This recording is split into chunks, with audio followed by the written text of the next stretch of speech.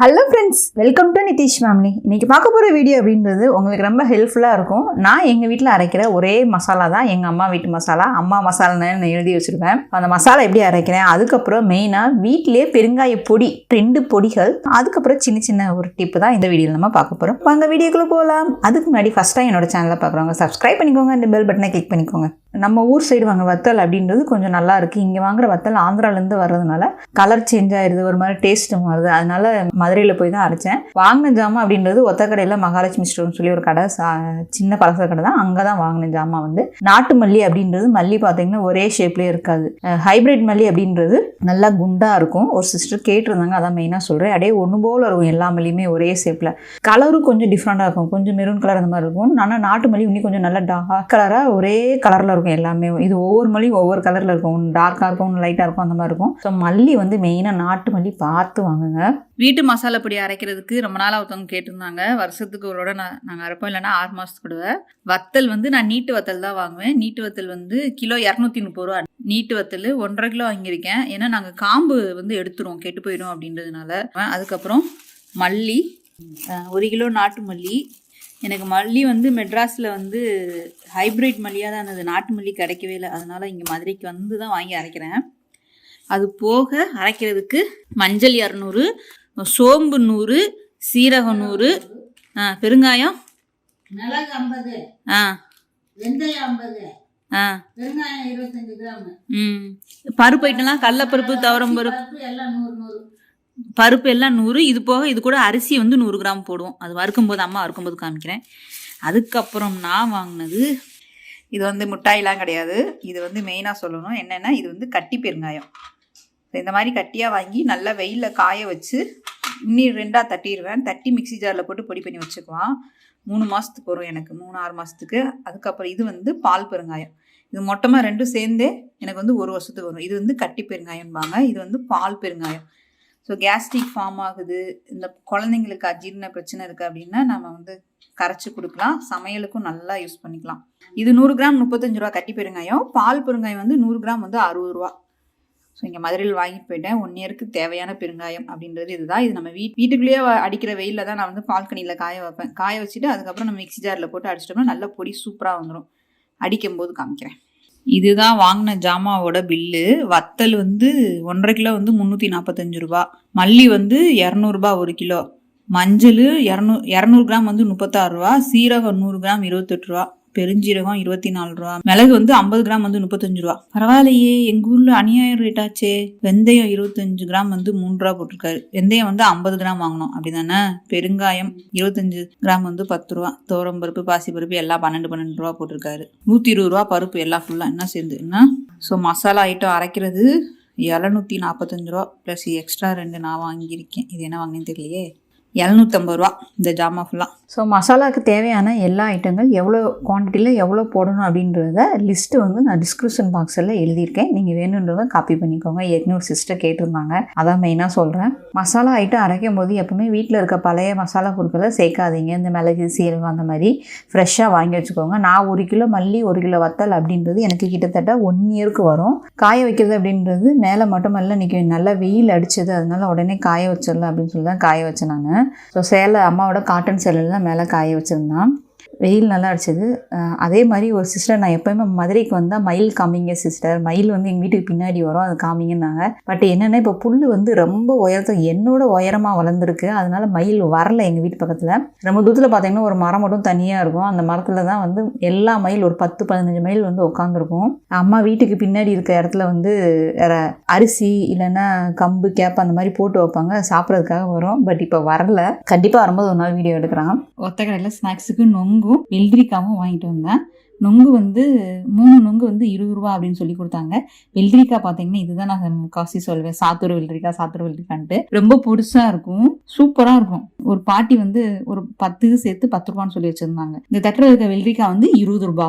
So செம்ம டேஸ்ட்டாக இருக்கும். சாப்பிட்டோம் அப்படின்னா பசிக்காது, அந்த அளவுக்கு நல்லா இருக்கும் வெள்ளரிக்காய். இந்த வெள்ளரிக்காய் வந்து சாத்தூர் சைடு, விருதுநகர், சிவகாசி அந்த மாதிரி தான் கிடைக்கும். இப்போ மதுரையில் கிடச்சிருக்கு, அதான் பார்த்துன்னு நான் வாங்கிட்டேன்.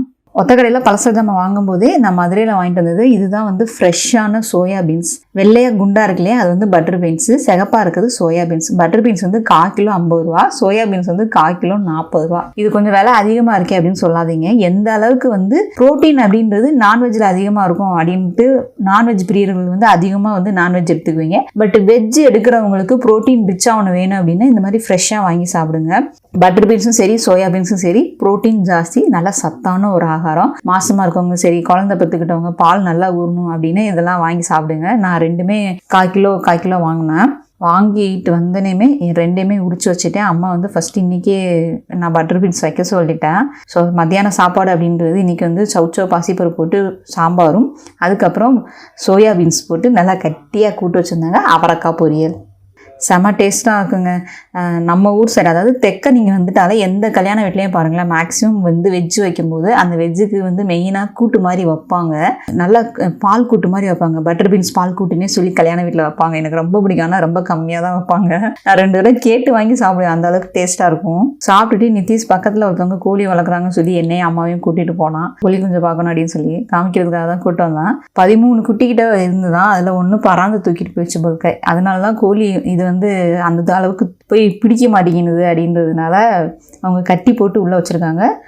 முட்டையிலேருந்து குஞ்சு வந்து 3 நாள் தான் ஆகுதான். அதனால் அவங்க கட்டி போட்டிருக்காங்க. வெளியே போனால் வந்து நாயாவது இல்லை வேறு ஏதாவது பிடிச்சிட்டு போயிடும் அப்படின்றதுனால உள்ளே வச்சுருக்காங்க. தண்ணி, அதுக்கு அரிசி வந்து பொருசாக வந்து நுணுக்கி போட்டு வச்சுருக்காங்க. நிதிஷ்க்கு ரொம்ப ஆசை வீட்டுக்கு 2 எடுத்துகிட்டு வந்துடணுன்ட்டு. ஸோ நான் தான் அப்புறம் அவங்ககிட்ட அம்மா விட்டு நீ பிரிஞ்சிருப்பியா, அதே மாதிரி தான் அதுவும் அவங்க அம்மா விட்டு பிரிஞ்சிருக்கக்கூடாது. இப்போ பிறந்து 3 நாள் தான் ஆகுது. பாட்டி அவன் கேட்டனையும் 1 2 எடுத்து கையில் கொடுக்குறாங்க. பட் நான் தான் சரி வேண்டாம் தம்பி அப்படின்ட்டு. ஸோ க்யூட்டுங்க. அந்த குட்டி அவ்வளோ அருமையாக இருந்தது பார்க்குறதுக்கு. சாயந்தரம் வத்தல் நல்லா காஞ்சிருச்சு. இருந்தாலும் இன்னி ஒரு நாள் காய போடணும் அப்படின்றதுனால அம்மா வந்து என்ன பண்ணாங்க, நாளைக்கு இன்னொருடையும் காய போடுவாங்க. வத்தல் காம்பை வந்து நாங்கள் கிள்ளி எடுத்துருவோம். ஏன் அப்படின்னா அந்த நியர் லாங் டைமாக வச்சுருக்கும் போது கெட்டு போகாமல் இருக்கிறதுக்காக அந்த காம்பு எடுத்துருவாங்க. நீங்கள் ஷார்ட்டாக 3 மந்த்ஸ் தான் யூஸ் பண்ணுவீங்க அப்படின்னா காம்பு எடுக்க அவசியம் இல்லை. காம்பு எடுத்துட்டா காரம் இருக்காதா அப்படின்னு கேட்பீங்க. காரம்லாம் இருக்கும். காரம் வந்து அந்த உள்ளே இருக்க அந்த விதையை மட்டும் வெளியே போட்டுறாமல் பத்திரமா பார்த்துக்கணும். அதுதான் மெயின் காரம்.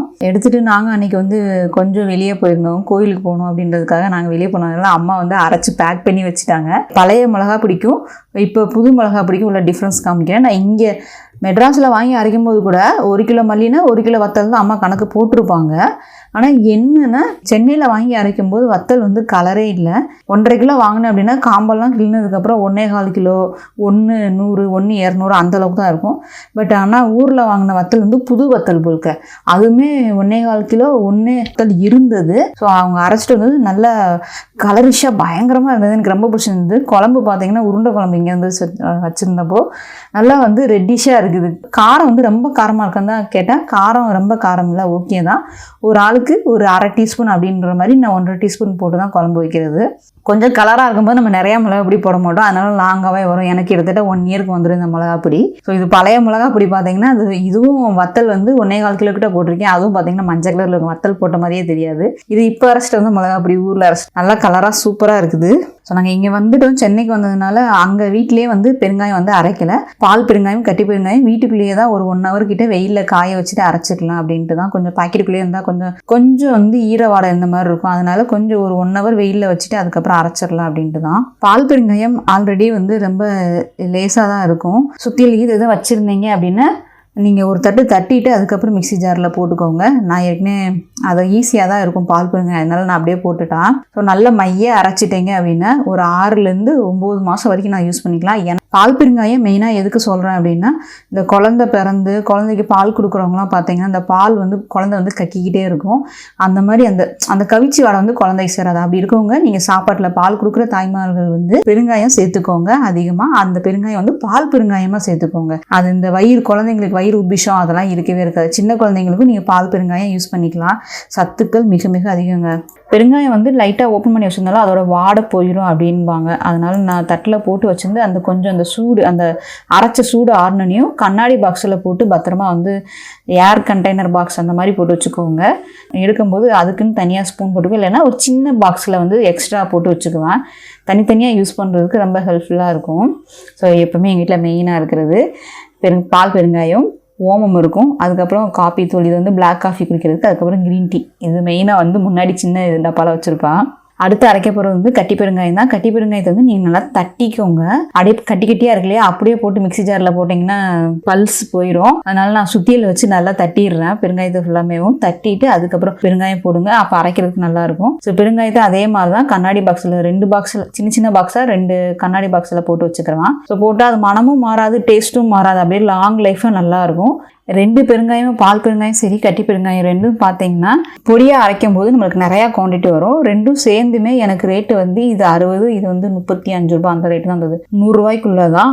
நம்ம பொடியாக வாங்கணும் அப்படின்னா அந்த பாக்ஸ் பார்த்தீங்கன்னா 100 கிராம் பாக்ஸே வந்து 70 ரூபா 60 ரூபா, ரேட்டு ரொம்ப ஜாஸ்தி தான். ஸோ அந்த மாதிரி வாங்காமல் இந்த மாதிரி வாங்கிக்கோங்க. ஃப்ரெஷ்ஷாகவும் இருக்கும், நம்மளுக்கு பலன்களும் அதிகமாக இருக்கும். ட்ரை பண்ணி பாருங்கள். ஸோ எங்கள் வீட்டில் மிளகா அப்படின்னாலும் சரி, பெருங்காயனாலும் சரி, இப்படி தான் வீட்லேயே அரைச்சி வச்சுக்குவேன். ஸோ ரொம்ப ஹெல்த்தியாக இருக்கும். ட்ரை பண்ணி பார்த்துட்டு எனக்கு கமெண்ட் பண்ணுங்கள். இப்போ இந்த வீடியோ உங்களுக்கு பிடிச்சிருந்தா லைக் பண்ணுங்கள், ஷேர் பண்ணுங்கள். தென் உங்களுக்கு கருத்துக்களை கமெண்ட் பண்ணிக்கோங்க. மீண்டும் நாளை ஒரு லைக் சந்திக்கலாம்.